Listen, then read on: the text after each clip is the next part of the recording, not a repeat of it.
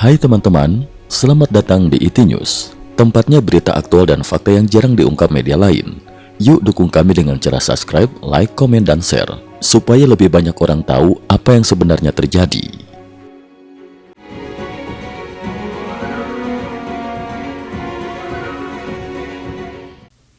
Salam pemirsa, 31 Juli 2026.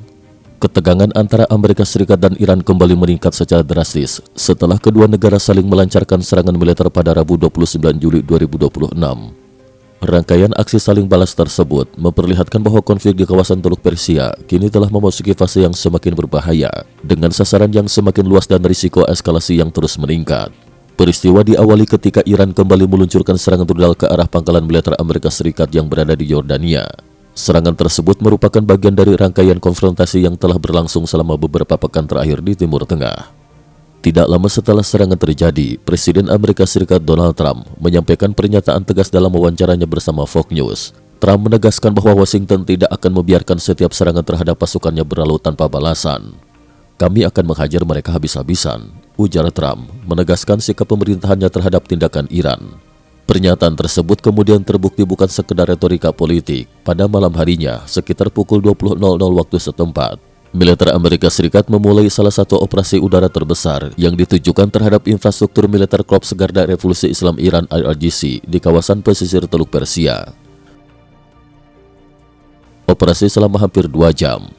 Serangan berlangsung selama hampir 2 jam dan menyasar jaringan fasilitas militer IRGC yang tersebar di sepanjang pesisir utara Teluk Persia, membentang hampir 800 km dari wilayah barat hingga timur Iran.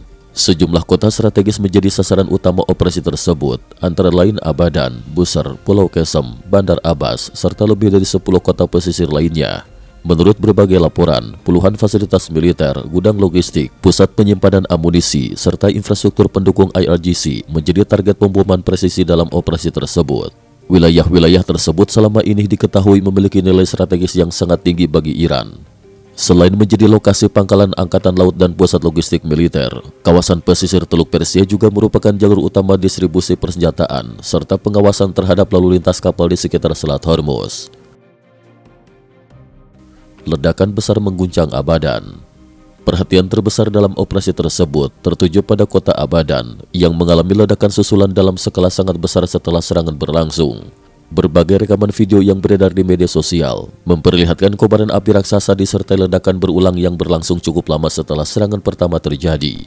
Fenomena tersebut dinilai menjadi indikasi kuat bahwa sasaran yang terkena bukan hanya bangunan biasa, melainkan gudang penyimpanan amunisi atau persenjataan dalam jumlah besar.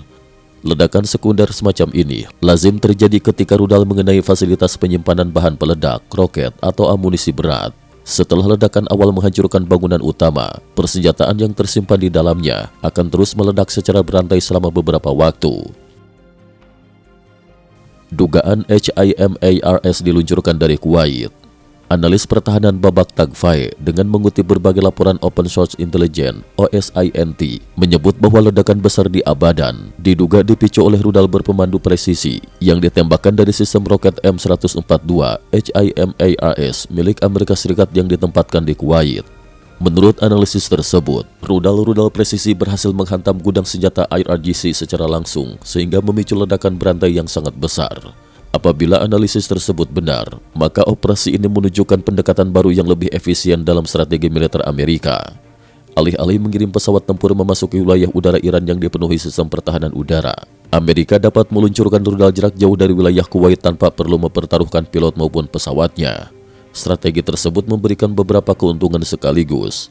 Pertama, risiko kehilangan personel hampir dapat dihilangkan sepenuhnya karena seluruh sistem peluncur berada di luar wilayah Iran.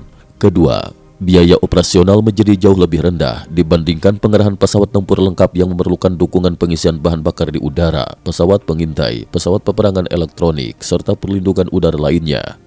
Ketiga, sistem HIMARS dikenal memiliki waktu respon yang sangat cepat. Setelah menerima koordinat sasaran, peluncur dapat menembakkan rudal hanya dalam hitungan menit. Secara geografis, kota Abadan juga berada dalam posisi yang memungkinkan untuk dijangkau oleh sistem tersebut. Kota yang terletak di dekat perbatasan Iran dengan Kuwait itu hanya berjarak puluhan hingga sekitar 100 km dari wilayah Kuwait, sehingga masih berada dalam jangkauan maksimum rudal HIMARS yang diperkirakan mencapai sekitar 300 km, tergantung jenis amunisi yang digunakan. Iran melancarkan serangan balasan ke Kuwait. Pada hari yang sama, Iran juga melaksanakan serangan balasan ke arah Kuwait. Menurut laporan awal, sebagian besar rudal yang ditembakkan berhasil dicegat oleh sistem pertahanan udara Kuwait beserta sistem pertahanan milik negara-negara sekutu yang berada di kawasan tersebut. Namun satu rudal dilaporkan berhasil lolos dari pencegatan. Yang menarik, rudal tersebut justru tidak mengenai instalasi militer Amerika maupun fasilitas pertahanan Kuwait. Sebaliknya, rudal itu menghantam sebuah gedung milik perusahaan asal Tiongkok yang berada di wilayah utara Kuwait. Insiden tersebut segera menarik perhatian karena sasaran yang terkena bukan merupakan target militer utama. Gedung perusahaan Tiongkok mengalami kerusakan berat. Kementerian Pertahanan Kuwait kemudian mengonfirmasi bahwa rudal Iran memang menghantam bangunan milik perusahaan Tiongkok yang beroperasi di wilayah utara negara tersebut. Akibat serangan itu, bangunan mengalami kerusakan berat dan setidaknya satu orang pekerja dilaporkan meninggal dunia. Hingga pengumuman resmi disampaikan, pemerintah Kuwait belum mengungkap identitas maupun kewarganegaraan korban yang tewas dalam insiden tersebut. Juru bicara Kementerian Pertahanan Kuwait, Atwan, menjelaskan bahwa pemerintah segera mengaktifkan seluruh prosedur tanggap darurat setelah serangan terjadi. Tim penyelamat, aparat keamanan dan berbagai instansi terkait langsung dikerahkan ke lokasi untuk melakukan evakuasi korban, mengamankan area terdampak, serta menyelidiki penyebab dan dampak lebih lanjut dari serangan tersebut. Pemerintah Kuwait juga menyatakan terus berkoordinasi dengan seluruh lembaga terkait guna memastikan situasi keamanan tetap terkendali serta mencegah kemungkinan terjadinya serangan lanjutan.